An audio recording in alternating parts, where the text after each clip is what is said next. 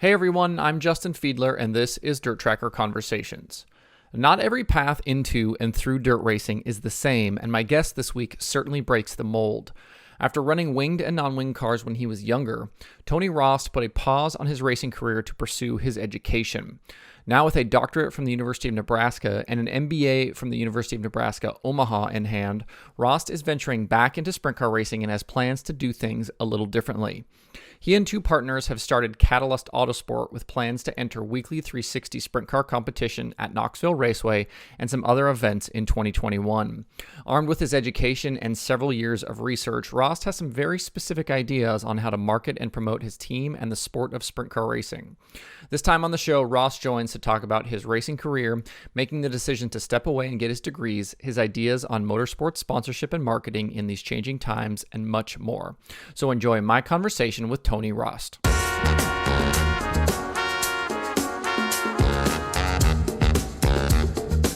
Tony, I feel like, you are a name that most people probably aren't going to know. But me and you have been kind of going back and forth for a few years, kind of via email and about some business topics and some different things. But I guess let's start out with your racing background. You're going to run sprint cars this year, and I believe 360 sprint cars, correct? Yep.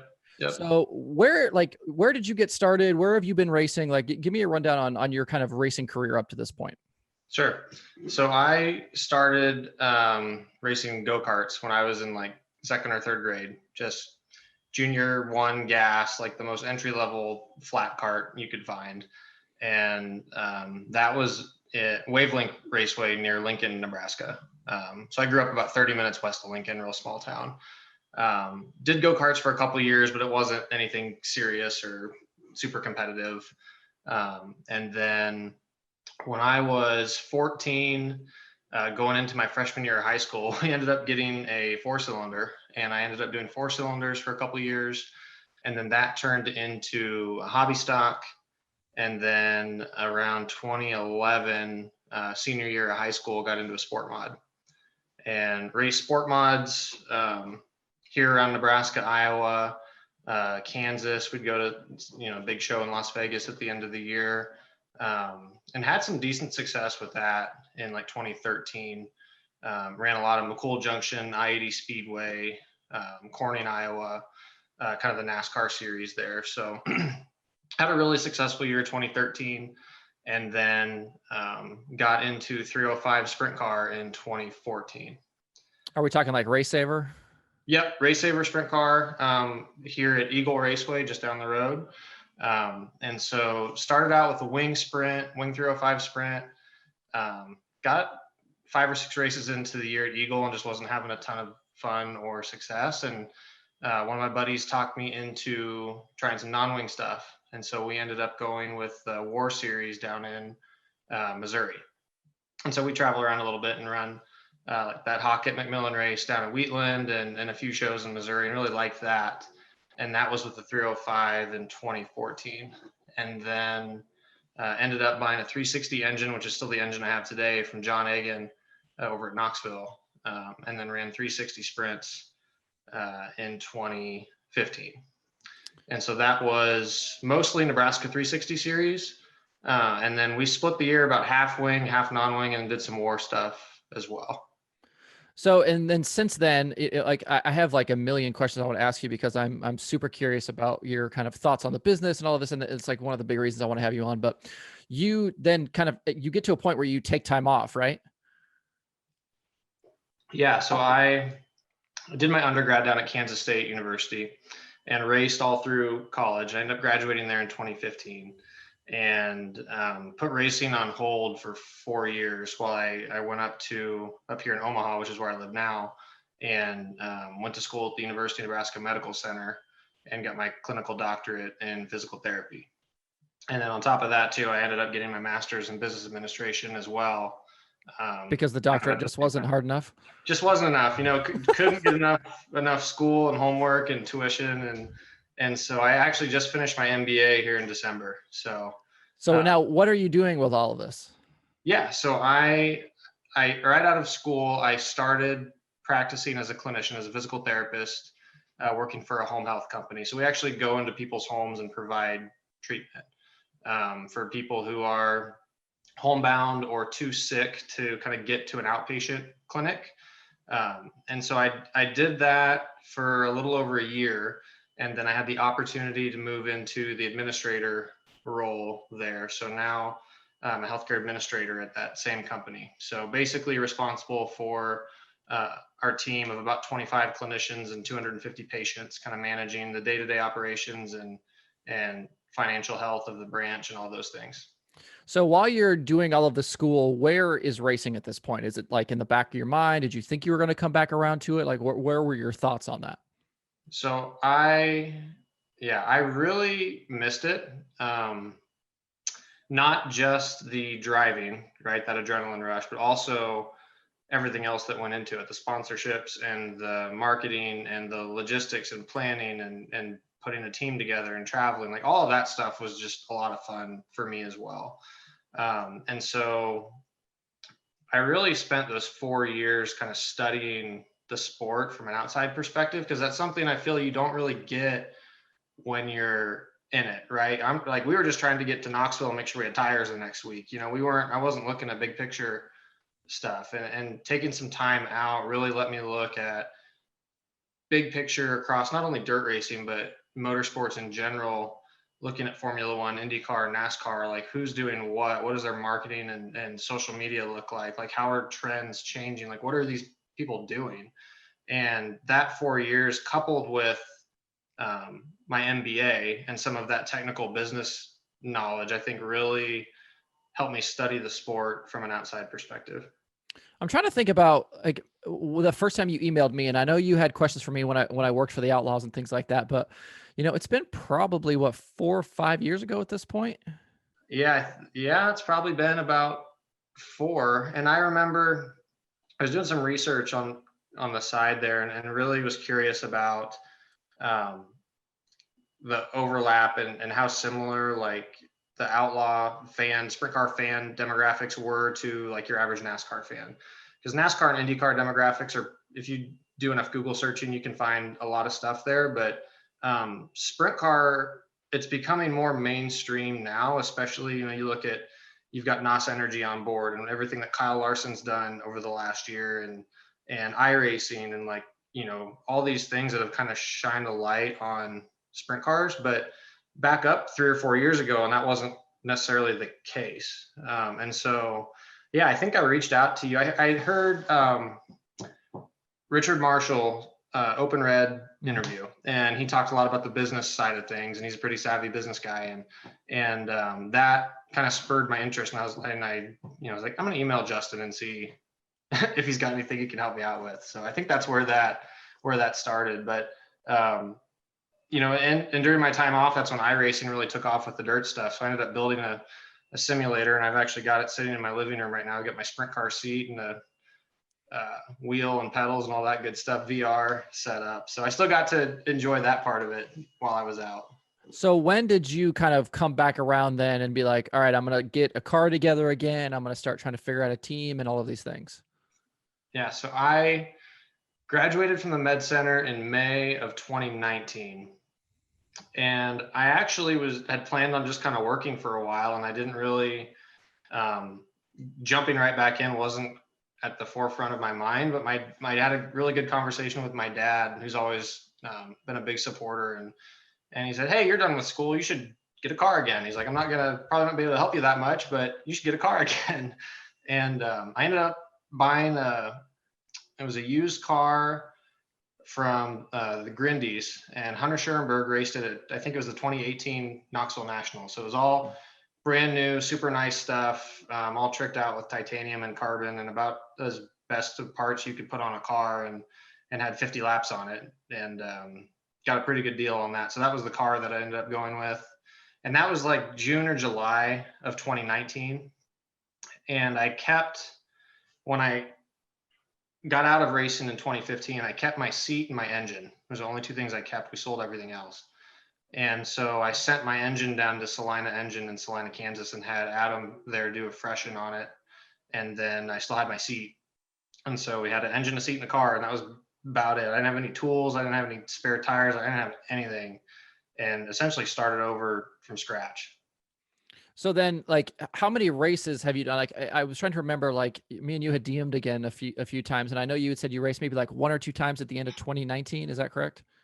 Yep. So we had planned to, and by we, I mean, I ended up partnering with a couple guys, Larry Fosler and Brandon Smetter, kind of a couple local 360 car owners here that had kind of been out of the sport for a while too, for various reasons. And when I got that car together, I messaged them and said, "Hey, I need some great people around me to help spin wrenches and help me figure out these setups and things because I can't do all this by myself, like I did previously." And so we kind of joined forces there, and that's where things started in 2019. And I really just wanted to run a couple of races that fall just to knock the rust off and make sure I still knew where the gas pedal was and things like that. So we ended up running one race at I-80 Speedway in, I think, September of 2019. And then we had another one on the books, but it got rained out. So I had that 4-year gap from 2015 to 2019. And then we just had one race, heat race and a B main, and that was it. So And really don't have a.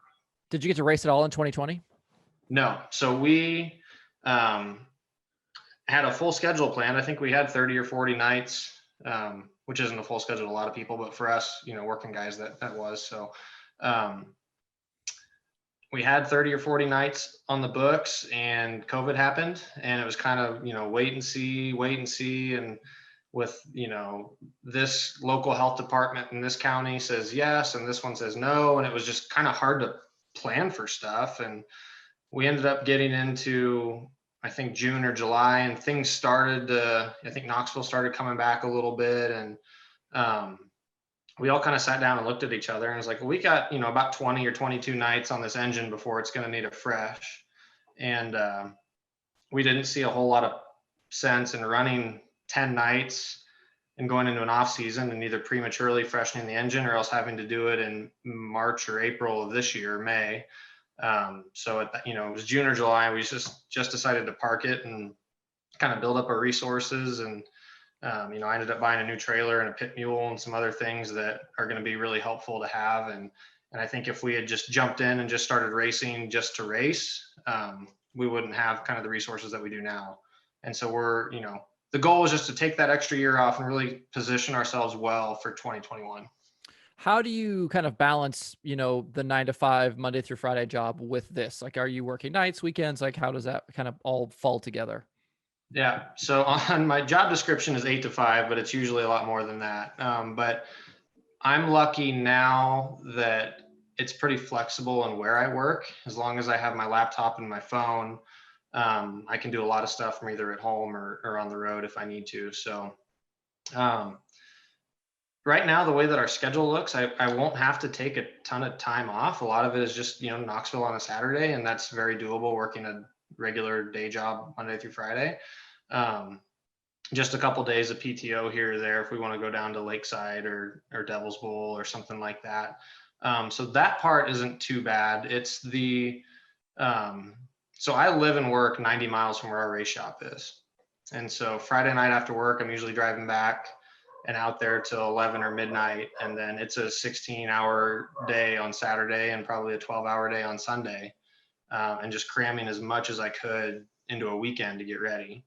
That's kind of what I was used to in college. I went to school at Kansas State, and that was 150 miles from our shop. And I would make that drive I'd leave campus on Thursday night or Friday morning and drive up to the shop and go race wherever we were going to race and get the car cleaned up and maintenance done and everything on Sunday, and then head back to school. And so I was it's not very handy or convenient, but that's kind of what I've been used to all through college is what I did. Why the winged route versus the non-wing route? Obviously you have experience doing both, but why that direction? That's a really good question. I financially, wing racing makes more sense. Being able to, so the driving a wing car, I know there's a few guys that jump back and forth, but it's it's about as different as you would imagine it is. And that one thing about that 2015 season when we did both is it's very hard to get in a rhythm. It's very hard to go wing racing this weekend, wingless next weekend. Like you got to change front axle and you got to do a bunch of stuff. And And I really admire guys that could do that. You see Tyler Courtney doing that. Brian Clausen did that all the time. Kyle Larson did. They jump in and out of different cars. Like that's a lot harder than you would think it is. And so we really decided that we wanted to focus on one thing. And if we were going to focus on one thing, we wanted it to be wing racing. That opens up more options for racing locally. There's not a ton of non-wing stuff around here. Everything's going to be a 4 to 8 hour drive from where we're at. And we got Knoxville 3 hours down the road. So that decision wasn't too hard to make. I've also busted my ass really hard in a non-wing car. And I had a couple guys tell me that, where I was, when I first started, I was pretty reckless driving into the corners, just carrying way too much speed and kind of almost fearless to a fault. And we were down racing at Wheatland that year in 2015, and I biked that thing up in qualifying and flipped it 5 times and bent my seat, and I never drove a non-wing car the same after that. And so that has something to do with it too. I feel more comfortable in a wing car right now, and I just think the way that the sport's moving and opportunities here kind of locally and regionally, it just makes more sense for us. What's your schedule look like? I feel like I saw something about Knoxville weekly, but what does 2021 look like? When are you getting started, and where are you going to be this year? Yeah, so Knoxville weekly is definitely the focus. We're going to try and hit some ASCS national stuff later in the year. So we've got Lakeside is on there, which I think is like a Tuesday night show. Lakeside, Devil's Bowl at the end of the year. That Jesse Hockett, McMillan Memorial Race down at Wheatland. And so previously there was the Nebraska 360 series, which ran here, I-80 Speedway and some tracks here in Nebraska and South Dakota.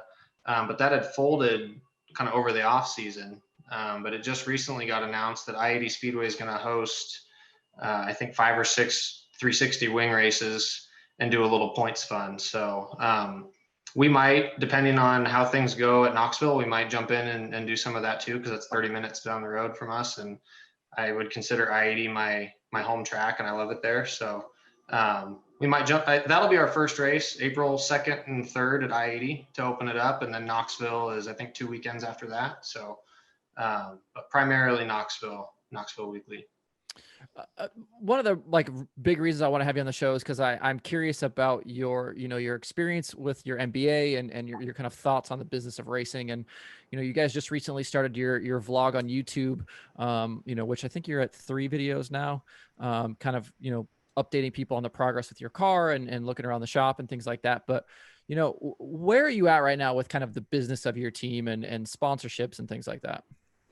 Yeah, so I guess I'll tell you a little bit about why or how this team is different than like in the past. So it's Catalyst Autosport is the name of the team. And I knew that when we formed this, I wanted to do things a little differently after going through my MBA program and kind of all that research I did sitting out those 4 years and kind of watching from the sidelines. And, a very common thing, and it's not a bad thing at all. It actually makes a lot of sense, is a team name, like first name, last name racing. Brian Brown Racing, Casey Kane, Tony Stewart. Like, there's a reason they do that, because there's a lot of recognition and brand value in those names. So that makes a lot of sense.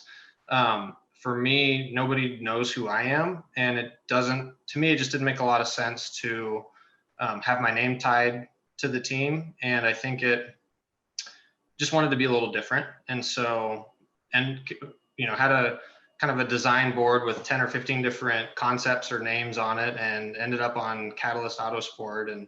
And that gives us the ability to scale. Like at some point, if I don't want to drive anymore, or, we want to throw some young kid in the seat and give them an opportunity, that makes a lot of sense there.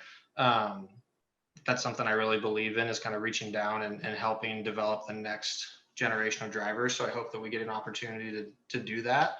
And also, one of the goals of the team, it's not just to go make laps and burn fuel and tires and things like that. Like I really want to, one of the goals with this team is to elevate the sport of sprint car racing. And I think the sport has a lot to offer in terms of value. When you look at NASCAR, IndyCar, Supercross, I think there's a lot of exciting stuff going on with sprint car racing, and I want this team to be a part of it. And so, you know, you just look at the product that's on the track and the excitement, and like, for example, okay, you've got a NASCAR race, and I know you're a NASCAR guy, so I won't try and dig on you too hard, but you can, you're not going to hurt my feelings. You know, you've got a NASCAR race that's 4 hours long, and I've been to a race at Kansas City and I fell asleep in the grandstands, and I'm a racing guy. You know, it's like, it's hard to hold somebody's attention for that long.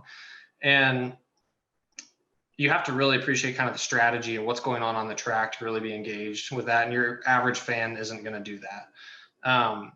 And, you know, it's a 3-hour trip to Kansas City. It's an all day thing. Like, it's kind of a big investment for a family to go to a race like that. And you know, that's going to be the same for NASCAR, IndyCar, any of those big sports. And you look at the Outlaws or the All-Stars or even Knoxville, and you've got a show that the on-track product is really great. Every 8 minutes, something's changing. You've got a new heat race. You've got a B main. You've got something, and your A mains are 20 to 35 laps, you know, and you can hold a teenager's attention for 20 laps when it's really exciting on-track product. And that's what it's going to take. You know, you look at NASCAR trying to break things into stage racing and try and do different things like that to make it more engaging. And I think I see a lot of alignment between sprint car racing and Supercross. You've got a couple, you know, premier divisions. You've got some exciting background stories and rivalries and things like that. And it's kind of that same thing. You've got heat races, qualifiers. I see a lot of similarities there. And so I think the sport and as a whole has a lot to offer. And I think you look at COVID and, you know, what iRacing did, shining a spotlight on the sport and everything that Kyle Larson did coming back to dirt. You know, Casey Kane, Tony Stewart, actively involved in owning teams and racing. And I just think it's a really cool spot for the sport to be in. And so there's some things that we're doing with our marketing, and you look at where the attention is socially, like social media. It's not really on Facebook anymore. It's on TikTok and YouTube vlogs and, you know, Instagram to an extent. So that's where we're focusing a lot of our time. We're trying to get a vlog going off the ground. And, you know, like, for example, people aren't really watching TV that much. Like, a lot of people don't have cable anymore. They have Netflix and watch YouTube. And I don't know about you, but I watch a lot of vlogs and podcasts and listen to podcasts and things like that. And we saw an opportunity.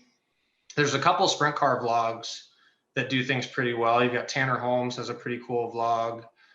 Swindell Speed Lab does a little bit of stuff. And so we saw kind of a gap in the market, if you will, where we could enter with a vlog of behind the scenes at the shop, at Knoxville, up and down the road, that a lot of people would love to see that, but a lot of people will never have the opportunity to sit in a car or even be involved with the team. And the closer they can get with a vlog, the better. And then, so aside from providing value to our fans and followers and things like that, that opens up opportunities to sell merchandise, and a lot of sponsors would want to get involved with that and do some cool stuff there. So that's kind of why we're headed that direction. What, like, you know, I know you're really early on with a lot of this stuff, but like, you know, how does this stuff for you translate then into sponsorship, into revenue for your team? Like, you know, are you actively talking to companies now, or are you waiting to build things up before you then approach, you know, companies? And, you know, are we going to see a point where we're going to see more corporate sponsorships? Are we going to see more Napas and more NOS energy drinks? Or is it, you know, going to be more regional? Is it going to be more local with the sponsorship? Great question. So us as a team, the way that you can kind of leverage that social media is, so a lot of companies, or excuse me, a lot of race teams, I feel like miss the mark. Their value proposition when they're selling or trying to sell a sponsorship is, I'm going to give you a sticker on the wing and you're going to give me $5,000 and we're going to call it good, you know? And Or, we'll post on Facebook and we'll do post on Instagram, but I can spend $100 and get 50,000 Instagram views like that. Like they're not companies today are not after exposure, especially, with COVID, everybody's tightening their belts up, and financially companies are.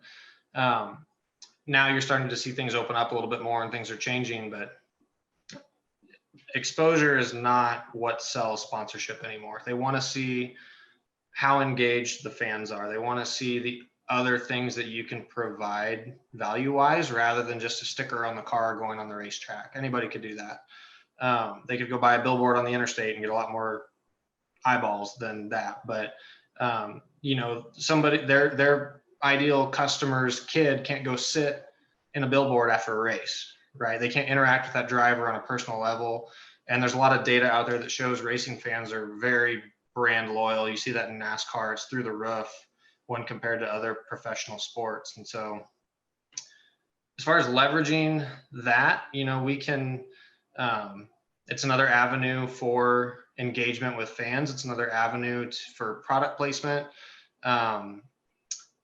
If you had, one cool idea that I would love to get off the ground for next year is if we're going to go build a car, let's go reach out to all of our favorite parts manufacturers and see if we could work out a deal to be, they'll be featured in a 10 part series car build over the off season. And hey, look at this Smith titanium brake rotor that's going on this Willwood pep, like all those types of things. And getting that exposure out there would be, I think, helpful for that on the parts and product side of things. I think you're seeing a shift, like you asked about those corporate sponsors, things going corporately. You're starting to see that, you've got NOS Energy, which is really investing a lot of money into sprint car racing. I don't know how many cars and midgets and non-wing cars they sponsor, but it's probably over 10 at this point. And, and I think Casey Kane, Kyle Larson, Tony Stewart had, not necessarily maybe with NOS, but with some of these other bigger partners, they've brought them to the dirt world and have kind of shown that value. And I don't have exact numbers, but a 2-inch sticker on a B pillar of a NASCAR at Daytona is probably pretty expensive for what it would be to get, an outlaw car, or your name on an outlaw car for a season, and so I think the value's there. We just have to, as a sport, and I think we're moving this direction, we have to show that value. It's not, dirt racing and sprint car racing is not a bunch of rednecks chasing each other out in a pasture, and I think there's still, in some circles, there's still that stigma. But when you look at the type of operations that are going up and down the road and how much money these teams are putting into it, and then the type of names, you talk about these NASCAR guys that are coming back to it, and IndyCar guys looking at stuff. And I think that's definitely pushing us in the right direction and helping to elevate the sport. Where do you kind of see things going, in terms of, COVID, we've had, we kind of had the shutdown and things kind of slowly coming back now. And we're still seeing, races canceled and postponed and all of this, but do you see things, getting back quickly? Do you think that this is going to affect some of these business relationships going forward for teams like yours? Yeah. And so that's been the tricky part of selling sponsorship. And I've almost kind of pumped the brakes in 2020 and not really pushed super hard because, companies set their budgets in, like, it's a lot of times it's really early. It's June, July, August, September. They're looking at budgets for the next season. And so when we're, you back up to June, July, August for 2020, we're still not entirely sure what COVID is, how long is it going to be around, how bad is this fall going to be. And so you're approaching sponsors for money, and it's like, well, we're not racing this year, but we might do something next year. We don't know. Nobody knows anything. And so it's a lot of unknowns, and people that are making decisions with money do not like unknowns. And so, and early on in COVID, it's like, man, we're in a worldwide pandemic, and I'm trying to sling $5,000 sponsorship spots on a sprint car. Like, what? Like, it just, the the timing and the like reading the room like was not appropriate. And so started having some more meetings this fall and winter. But even then we didn't know really what 2021 was going to bring. I think now that vaccines are getting rolled out and you see cases dropping and more things are starting to feel more normal and open up a little bit more, I think 2021 racing wise will feel pretty normal. But then again, you've also got the entire California swing canceled, or the West Coast swing canceled for the Outlaws. But they pivoted really well and made up some shows for that. So props to them. But, we're looking at our schedule and we're planning on running 30 nights this year. And as long as, Marion County Fairgrounds and Knoxville Raceway have a plan in place, I think that should be pretty doable. Part of it too, I guess it depends on what are the crowd limitations, because that's the other aspect, is aside from the safety, is they need a certain number of butts in the seats to keep the lights on and pay our purses and pay their, the lady selling $1 bush lights on bush light night, there's a lot that goes into that. And if the numbers don't work, the numbers don't work, and they're not running a charity. So the crowd limitations is probably the biggest limiting factor. It's pay-per-view is nice, but a lot of their money comes from those concessions and merchandise sales and things like that just aren't happening when everything's live streamed. When you are approaching these companies to sponsor you, and for someone like you who doesn't necessarily have like a ton of name recognition, you don't have all these championships and all this thing to fall back on, is it like, are you walking to these meetings and saying, hey, I have an MBA and I'm thinking about these things differently, and I've put together all of this stuff? Like, is that helping you when you go into these meetings? Yeah, I think so. So it's all about how you position yourself, right? And a lot of times, even if I walked in there and I've won all these championships and done all these things and I have all that experience, like if the value that you're providing, like if you still walk in there and offer them, a sticker on the wing and that's about it, like they're not going to go for it most of the time. Like the company, especially if they're not around dirt racing, like, Raising Cane's or Scooter's Coffee, like they don't know who Brian Brown is, probably, and if they're not in the sport, they probably just don't know. And so Kyle Larson might not mean anything to a company in Lincoln, Nebraska. You have to show them value that's meaningful to them. They're trying to get a return on investment, a return on objective. Like what are they trying to accomplish with their marketing? Do they just want more exposure? Do they want a 6% increase in traffic to their website? Like what do they want? And that's what you need to figure out is, the way that I approach a restaurant chain is a lot different than the way I would approach a financial investment firm, which is a lot different than I would approach Smith Titanium for some product, and I feel like a lot of people tend to just shotgun blast everything and just send out proposals and DM people. And that works to an extent if you get in front of the right person. But I think trying to land those bigger sponsorships, you're going to have to really tailor it to what that company wants and needs. What's going to move the needle for them? What value can you provide specifically for them that's going to make a difference?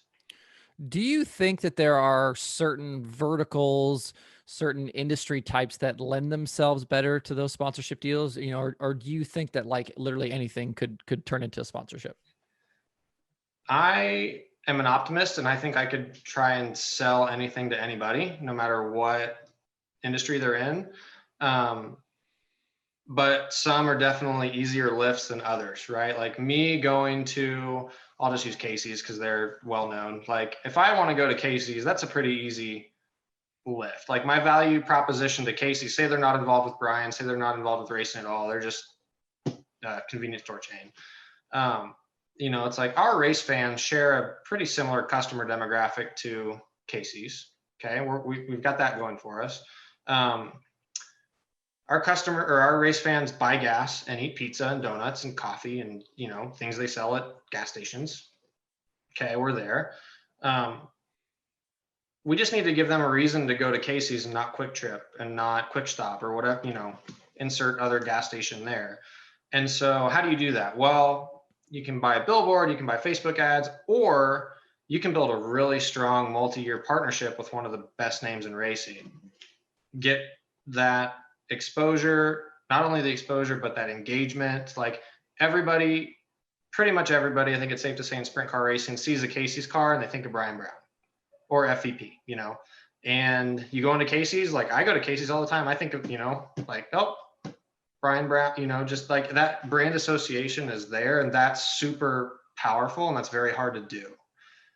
You look at that at a NASCAR level, you think of Lowe's, Jimmy Johnson, right? Or, there's a lot of brands like that. So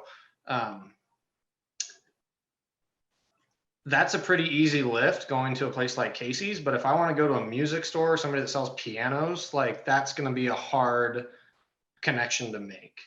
I think there's a lot of, you just look around the pits at like an Outlaws race or a World of Outlaw late model race.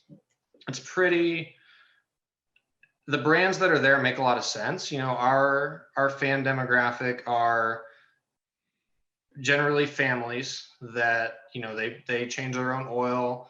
A lot of them hunt, might have an ATV or something like that, work a, to an extent a physical job or something like that, where it's, there's some industries that don't make a ton of sense, but I think if you positioned it right, you'd have a fighting chance. And, you see a lot of outdoor brands, car dealerships, food, restaurants, things like that. So there's definitely like sales verticals or channels that make more sense and that are probably easier sells. But I think, I think it'd be worth a shot at any business. I think we could provide a lot of value that they may not be thinking of. Or you find a company that's struggling to market and they're in a slump or something, and it's like, hey, here's a new exciting approach to branding and marketing, and here's 6 different things that we can do to show you that, and then engage with your customers in a new way. So it's, you do once in a while see some unique brands on the side of a car, and I think it's all about how you position and how well you can sell. In terms of the, I one of the things me and you had talked about in the past and things where you were looking for was a lot of that data, the demographics numbers and things like that. And World Racing Group, they do surveys and, they've got internal information, and like in most cases, like they're not going to give that to you, right? Like they've, that's going to be protected information for them. And I'm wondering, like, as you put together your decks and you're approaching companies, like how do you kind of get the information you need? And I'm wondering if can you use your social media channels to help you kind of guesstimate on demographics? Like how do you put that stuff together? Yeah, fantastic question. Because that's, like I had mentioned a little earlier on the podcast here, one things that I was trying to figure out, and the question that I was trying to answer was, how similar is a World of Outlaw sprint car fan to your average NASCAR fan? Like how much overlap is there? Based on some of the data that I've found just Googling things and finding what I could, there's a high degree of overlap there. Like it's a reasonable assumption. You could present some like NASCAR, IndyCar demographics and say, yes, I know this is from NASCAR, but the same people that sit at Knoxville Raceway on Saturday nights are pretty likely to be the same people watching the Daytona 500 on Sunday, so that's not a super far-fetched thing to present, like if you're really hurting for demographic data. A lot of it, there's some research databases out there where you can just look locally, like let me look at the population of Omaha, Nebraska, and I can see age, demographic info and household income and who owns their own car. Like those databases do exist. It doesn't have anything to do with racing. It's just general census data. So if you can kind of comb through that, you can find some things. And then social media, there's analytics and things if you have like a business account. set up, you can kind of see a little more in depth. And some of it too is like, if just ask your followers, like, what's stopping Brian Brown from surveying all the email addresses he has that people that have purchased shirts? Like, he, ask them what they do, where do they shop, what do they do? Like, what's stopping teams from doing that? I think that's one of the reasons that might be holding some people back, is they just don't take that next step or that next level to really dive in and pursue that information. Because once you have that, like, then you've got something to work with, right? You're not guessing anymore.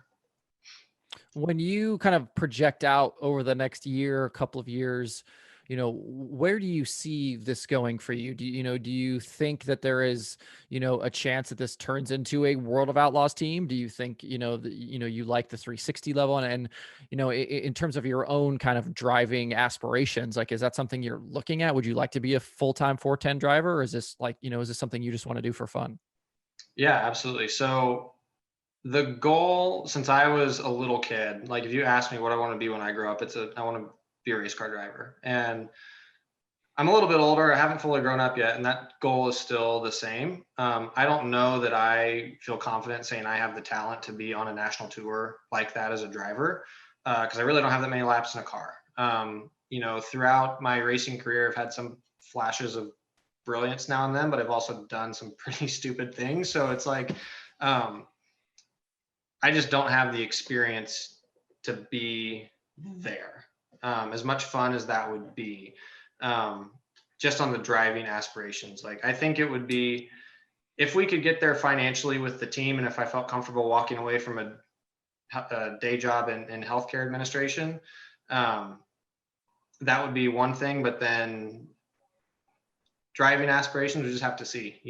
I think it'd be really exciting for me to find, like, the next Buddy Kofoid and give them an opportunity. And that's the one thing that that kind of sucks about racing that you don't really have with other sports, is it has such a high barrier to entry because it's so expensive. Like, you can take a lot of kids and put a football or basketball or baseball in their hands, and if they're good enough, they'll get through high school, they'll go to college on scholarship, and they'll get noticed and have a shot at the pros, right? Like, it's a rare thing because of how difficult it is, but it's feasible. You can have somebody that has Kyle Larson levels of talent, and the chances of them getting all the way up the ladder and getting those rides without having any backing is very slim. And so that's another thing I'm passionate about, is trying to create opportunities for kids like that, or people that don't have the resources, the knowledge, the ability to go do that deserve a shot. So for me, driving, like, I plan on driving for as long as I can. We've talked about it, and I definitely need a year or 2 or 3 in a 360, especially at Knoxville, and just getting those laps in.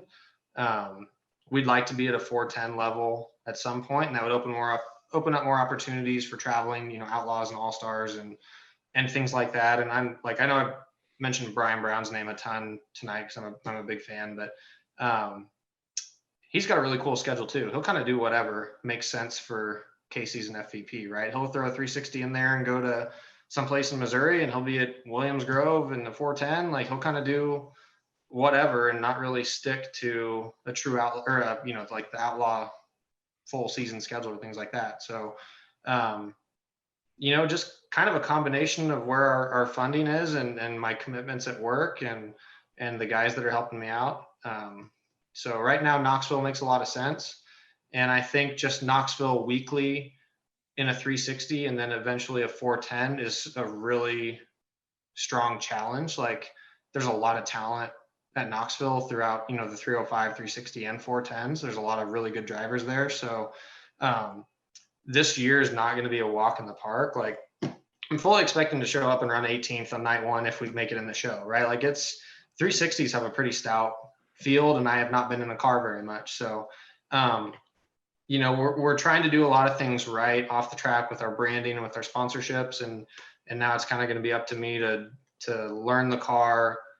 I haven't really worked with these crew guys very much. Like we're going to have to build that relationship and figure out, what I like in the car, what they like, the setups and things like that. So, so starting out in the 360s, hopefully moving into a 410 at some point, and then kind of seeing where that takes us. As far as the vlog and the socials, like we're having a lot of fun doing that stuff. I think we've got 300 views on our videos, so it's not big by any means. And I don't even know that we have 100 subscribers on YouTube yet, but me and the guys are having a lot of fun making those, and just see where it takes us. And I told, when we decided that we were going to do that, I said, I don't care if we get 500 subscribers or 50,000, like this is for fun, and it's to help create value for the people that want to watch it. And if we do that, and if we can provide some value and help elevate the sport, I think we've done our jobs. What are your performance expectations for this year? I mean, can you win a race? Is that possible? I think it's possible. I think in sprint car racing now, no matter where you're at, regardless of location or 305, 360, 410, like especially when you've got time qualifying like at Knoxville, like you kind of have to have everything go right. You need to qualify well. And I don't know the qualifying, like the race format. I haven't read into that a whole lot. Like I don't know the specifics of how it works, but you need to qualify well. You got to get through your heat race to give yourself a fighting shot for the main. And especially, a big track like Knoxville, you spread out so quick that you go green to checkered or don't have many opportunities to get to the front quickly. Like it's going to be hard. So we get a good qualifying lap down and win a heat race or something and find ourselves on the front row with a clean air and a fat cushion, like maybe we could do it, That's not what you're supposed to say. You're supposed to say, absolutely, I'm going to win the first night out. I'm super confident. So I am, let's see, optimistic, but real. Like I know we've got great equipment, and I would think, pretty solid group of guys around me. But it's just laps, man. Like even in that 360 back in 2015, I ran 10 wing races, and the other 8 were non-wing. And then we did one race this year, and I was one spot out of the transfer to be main. Like I don't have a ton of sprint car experience under me, so I don't want to walk in with super high expectations and then just get my teeth kicked in and night out, finishing, running 8th in a B main or whatever. But I think one of our goals we sat down and kind of mapped out our goals for the year. And the first one is just to consistently improve, whether that's finishing position or just, working amongst ourselves and building that relationship, like I said, because I think that crew chief driver relationship is more important than a lot of people give it credit for. Especially, you see drivers and teams swapping rides every other weekend, and it doesn't make a lot of sense. I think the longer you get those two together, you get a good team that's really going to be a multiplier for your performance. So really working to build that. And, if we can make the show every night and load the car in the trailer, that's a win. We've got one car right now, one car and 2 engines. But obviously, we are going there to compete. We are going there to do well as a team and for the people that are partnering with us. So, making that famous right-hand turn at Knoxville is always the goal for, I think, everybody that rolls in there. But, you've got 24 people who aren't going to make it, and you've got one that will. So, this year specifically, if we could consistently, hit some top 10s and maybe pull off a top 5 and just put ourselves in good position each night, I think that would be a successful year. Well, I will let you go. I appreciate the time, but I got to have all the plugs. Where are we finding you? Where can we keep up? Where's the vlog? Give me the whole rundown. Absolutely. So all the cool stuff is happening on YouTube and TikTok and Instagram. We're also on Twitter and Facebook, but we're really hitting YouTube and TikTok hard. So Catalyst Autosport on all those platforms. On Twitter, it's Catalyst Auto 99. Our number's 99. So, but yeah, we're trying to get vlogs out it's not weekly, but at least bi-weekly right now in the off season. And then hopefully when the season starts, we'll have more content to push. So the goal is that we'll have a weekly vlog during the race season. But yeah, we're really trying to do things big on YouTube and TikTok, Instagram. Nice. Well, Tony Rost, thanks for the time. Thanks, Justin. Have a good one.